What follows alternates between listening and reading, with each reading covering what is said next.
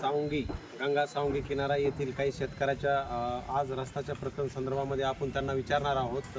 सर्वप्रथम शेतकऱ्याचं नाव काय आहे आणि तुमचे किती दिवसापासून रस्त्याचं प्रकरण चालू होतं?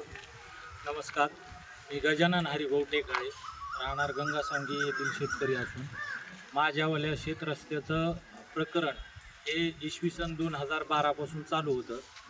त्यानंतर आम्हाला कुठल्याही प्रकारचा रस्ता नसल्यामुळं आम्ही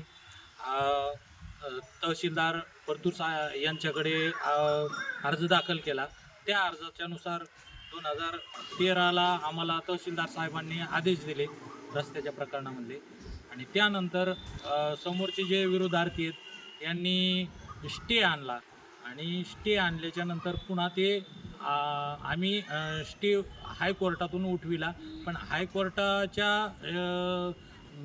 निकालावर त्यांनी रिपिटिशन करून पुन्हा अपर जिल्हाधिकारी साहेबाकडून त्यांच्या रोजनाम्यावरली स्थगिती घेतली.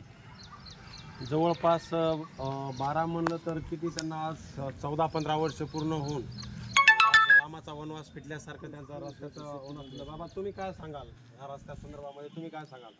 माझं एकच मत आहे. आज जसा प्रभू रामचंद्राला 14 वर्ष वनवास भोगावा लागला, त्याचा त्याप्रमाणे आज या रस्ता नसल्यामुळे 14 वर्षे 24 एकर शेतीमध्ये जाता येत नव्हतं.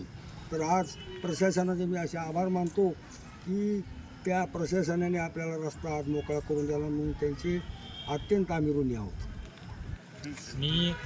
मी या व्हिडिओच्या माध्यमातून एवढंच सांगण्याचा प्रयत्न करतो की मी आज शासनाचे, प्रशासनाचे, पोलीस बांधवांचे, वकील बांधवांचे, महसूल विभागांचे, सर्व ज्यांनी सहकार्य केले अशा सर्वांचे मी मनापासून अविस्मरणीय ऋणी आहे.